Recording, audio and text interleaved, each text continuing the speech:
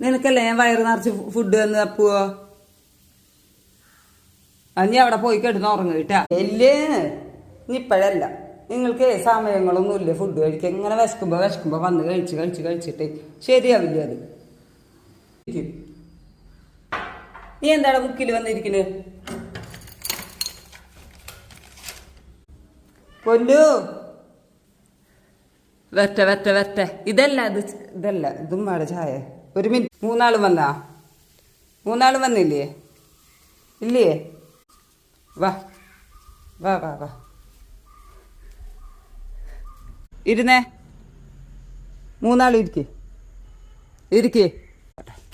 പൊന്നമ്മ അനുസരിച്ച് ഫസ്റ്റ്. അടുത്തത് ചാർലി അനുസരിച്ച്. അപ്പൂന് ലാസ്റ്റ്. ഇരിക്കവിടെ ഇരിക്കേ.